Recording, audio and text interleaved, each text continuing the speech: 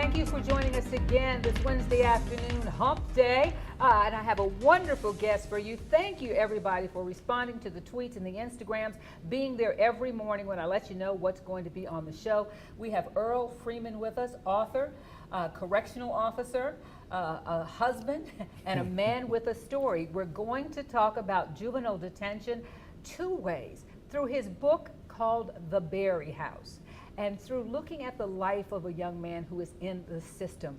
Thanks so much for being with us. Thank you. I'm glad to be here. Wow. You know, a lot of us hear about it, hear stories from people we know, but as working in that field, you were a juvenile corrections officer for a number of years. What made you decide, I want to write a book, and I'm going to call it The Berry House, going inside that world that's so scary to a lot of us?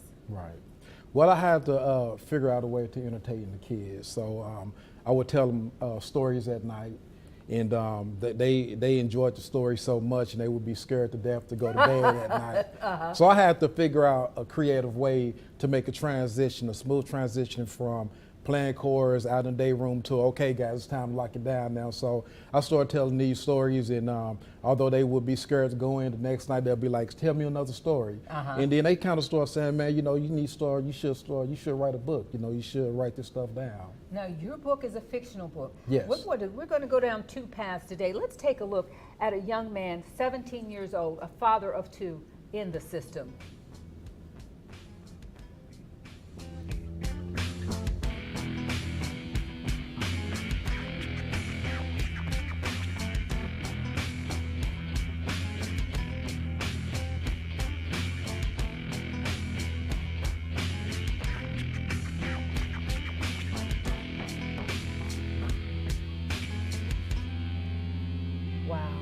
His name is Roderick, 17 years old, about to have his second child. Wow.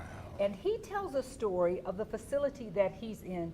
He says, I'm lonely, I'm afraid, but I'm being treated well. Take me inside the Berry House. Okay. Yeah. What's happening there? Yeah, the original Berry House is Oklahoma City Juvenile Detention Center.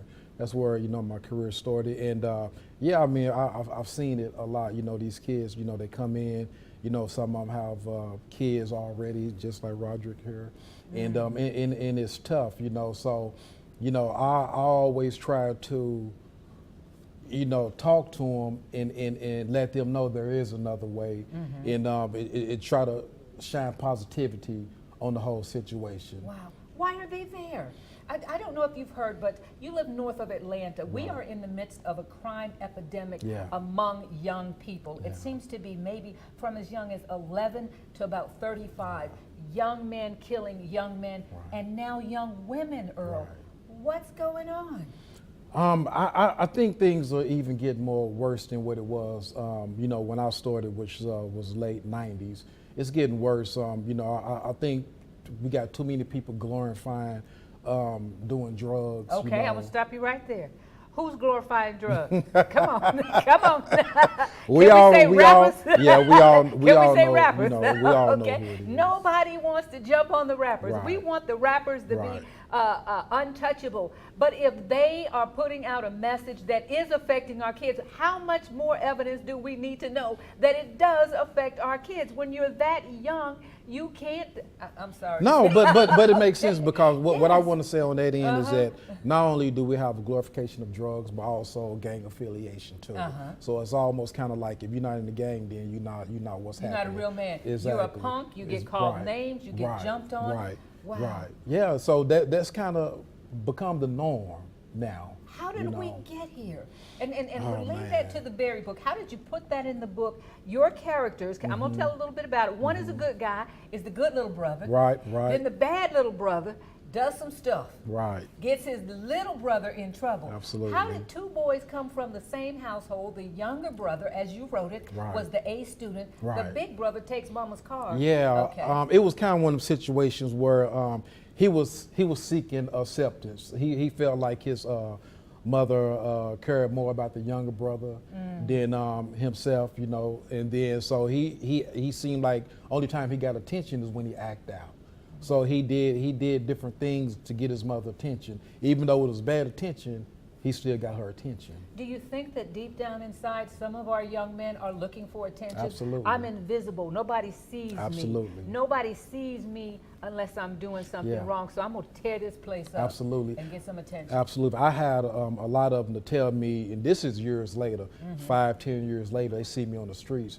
A lot of them tell me, you know, if I'd have had a father like you, I probably would have never been locked up. Oh, you know, so a lot of it, I think, is, you know, the absence of us black men being in the home a lot of times, because you know, a woman can only take a young boy so far. And that's true. And that's another taboo. People don't want to talk about it. I don't need no man to raise my children. Right. We do. Right. We right. do. Well, that's the way it was designed from the start. You better give him an uncle Absolutely. or a cousin, but preferably a daddy. Right. Somebody has to be a man in his Absolutely. life that does good things. How did we get to where we believed the lie? And then it led you to write the Berry book. Well, I tell you what, if you tell a lie long enough, it's accepted as the truth, you know, and we all know this. And I just wanted to write something that was in my heart. You know, I thought about the backlash of, you know, me being a black male writing a horror story. And I said, well, you know what, you know, despite the backlash I may get, I'm gonna move forward with it anyway. Absolutely, but because I think that's what makes my book unique, is that it's more than just a horror story, because it has a lot of positive messages. I'm telling you, it's kind of hard to read because it's so true. Yeah. Because I had 4 boys, I'm like, oh Jesus, there go me. Absolutely. But for the grace of God, yes. Yes. Wow, tell them, we'll take a little intermission here. How can they get the book? Okay. The book is on Amazon.com. And it's also on Barnes & Nobles. So if you can, you know, definitely check it out, support it. Okay. It's the Berry House. And he's talking about his work. He works with adults in corrections now, but a large part of his younger years were working with young men. Were there women there? Was there a girls part of it? Yeah, we did. We had females there also. So back then, why were girls going into juvenile? Right now, the girls, they put them up, they put up their dukes, they fight, they curse, they act just like the men. Right. But was it that way then? It was more or less gang activities, you know, drugs, different things like that. So it was probably about the same, but it's more now. So they were 18 and younger? You know, actually they were from 12 to maybe 21 if they were committed to the state. Oh my goodness. Yeah. Okay. Now, we're looking at a young fellow, too, following his journey. Thanks so much for being with us, Shirley Turner. She's joining us from Florida. Awesome. Earl. Great, Timothy great. Childry has his own show. He joins us. Great. Charlotte Baker, thank you so much. If you have some questions for Earl, post your questions. I'll make sure that I ask them. Thank you so much for being with us, Alfreda Hudson, one of our local makeup artists extraordinaire in this city. Let's take a look at the bite now, because in the documentary that features Roderick, he was asked, what was one of the worst things about the consequences of your actions?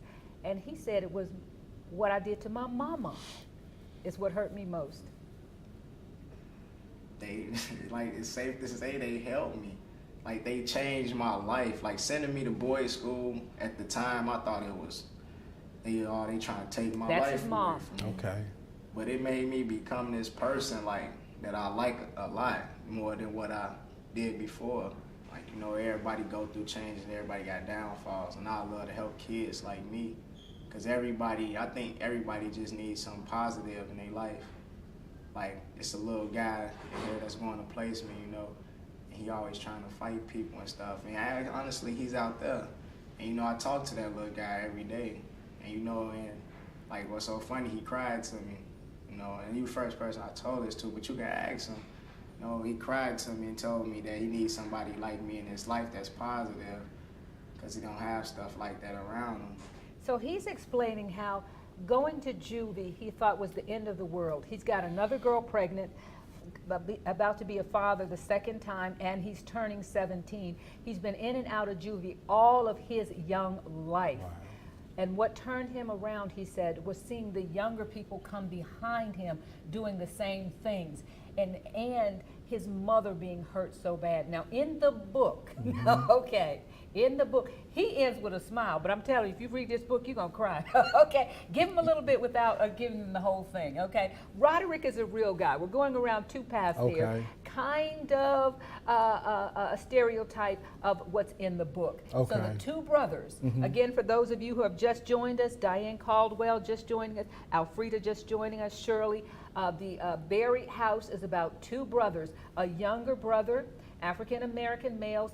He's the apple of his mother's eye, and he's making straight A's. His brother is his hero. The younger boy who's feeling like, you know what, mom loves him more than me. The younger brother gets the older brother in trouble. But you didn't avoid some of the hard things that can happen. Yeah. What are some of the things that happen when children disobey? What happened? I mean, it's always a consequence, and in this situation, they both end up in the juvenile detention center. And actually, the older brother is sentenced to some harsh time. You know, so he ended up going down the road, as they say. And you know, the younger brother, he just get caught up in a whole nother type of situation. But yeah, so it's one of the situations where you know, it's always a consequence for your actions. You know, the things that go on, a lot of fights go on. You know, people taking things away from you.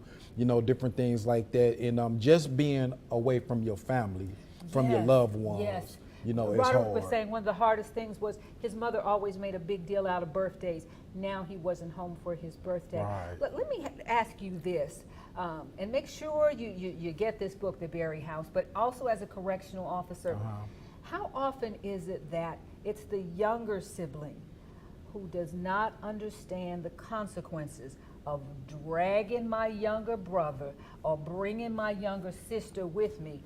I'm messing up their lives. Yeah, you know, it's amazing how many times I've seen brothers coming to the juvenile. Two brothers coming in. Yeah, brothers coming in, and it's always 9 out of 10. It's always the younger brother following the older brother, and you know, how can you direct someone to do what's right when you lead by example? So what you're saying and what your actions is two different things. So, you know, you can't tell your little brother, you know, don't do what I'm doing, but you take him right along with you, and he going right behind you. You know, I've seen brothers go to prison behind one another. Yeah. Wow, and so the older brother, I can't give you the whole story, okay, you gotta read it. But the older brother, trying to get some attention, is the one that leads his younger brother, who doesn't even remember some of it initially. Yeah, because he wakes up right after everything goes down. He wakes up and he's in custody. Right, and he don't even know why. You know, but as things start to come to him, he started to remember. Okay, now I remember what happened. But one thing I think was extraordinary about the story as well is that even through all of that, he still tried to help his brother get his brother life on track. You know, even after he done got him in trouble, you know, and all these different things like that, because it was all his older brother's fault. So even after all of that, he still loved him and tried to guide him in the right direction. I'm telling you, love is so strong. It's absolutely. I'm going to throw something at you real hard now. What happened? What happened? How did we go from, and I'm much older than you, but how did we go from a time when younger boys looked up to the men who had on, they shined their shoes, they ironed their pants, they went to work. They weren't angels, you know, but they were good examples. To now they're looking up to the guys whose pants are hanging. And they don't comb their hair, and they don't have a job. How did we get here? You know, I think it was just a whole change in society, and I think the media plays a big role in that, because people that are positive, different things like that, they seem like they don't want to shine a light on that. Oh, don't seem like they don't want to shine a light. They don't get the light. You know, you do something real and something nice and rescue somebody, you might get 15 seconds. Absolutely. You do something wrong, you're going to be on every it's newscast glorified for a couple of minutes. It's glorified, you know, and that comes with the videos and, you know, just in general, you know, we went from a time where, you know, we would always be casual and clean to a time whereas we just put on whatever now and act whatever. Take me like I am. Yeah, pretty much. Take me like I am. Right. And before it was no, Right. there are standards, and I'm going to meet the standard. And now it's take me like I Right. am. Absolutely. Wow. Yeah. Okay. Let's kind of go. What do you think the moral of the book is? I think the moral of the book, to me, is I just want to shine some light what really goes on in the system, because I have in there where I have a preacher that comes and I have a guy that was actually in prison, and he trying to tell them, Yes. they got y'all sidetracked with all these games, these snacks, but it's way realer than that. Because what they setting you up for is kind of like I said in the book about the whole Thanksgiving. They getting you fat, nice and ready for Thanksgiving. Thanksgiving come, they gonna slaughter you. So basically, when it come down to it, you're going to prison. Wow. Bottom line to it. Wow. And even Roderick said, my whole family, and he mentioned his grandma, and he choked and he said, she told me I was going to jail or I was going to die. He said, I didn't die, but I'm in jail. Let's listen to him talking about the faithfulness of his mother. She saw something good in him before he saw something good in himself. Roderick.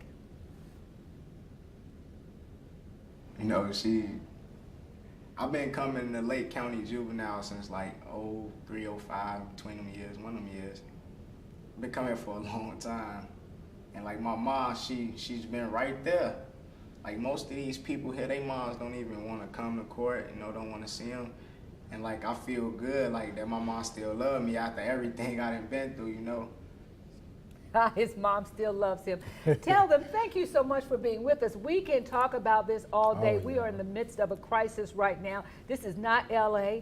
This is not Baltimore. This is not the ghettos of Atlanta. This is Columbus, Georgia, and we have over 20 homicides, most of them murders, most of them involving young people. Many of them, if they are lucky, they might end up in juvie to get them off the street.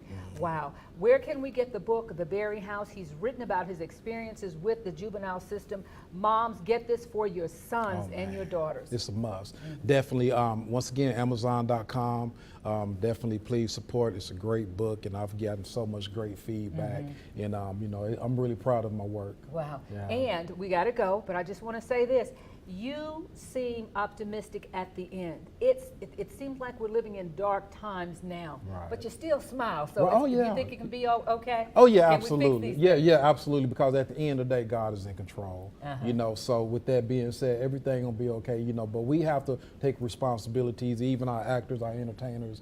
There is a role that you do play. You are a role model, whether you like whether it or you not. want to be or not. Because these kids are watching TV, watching video, and they looking up to you. They want to do what they see you do. Earl Freeman, the author of The Berry House. Thank you so much for being with us. We'll see you the same time tomorrow. Thank you.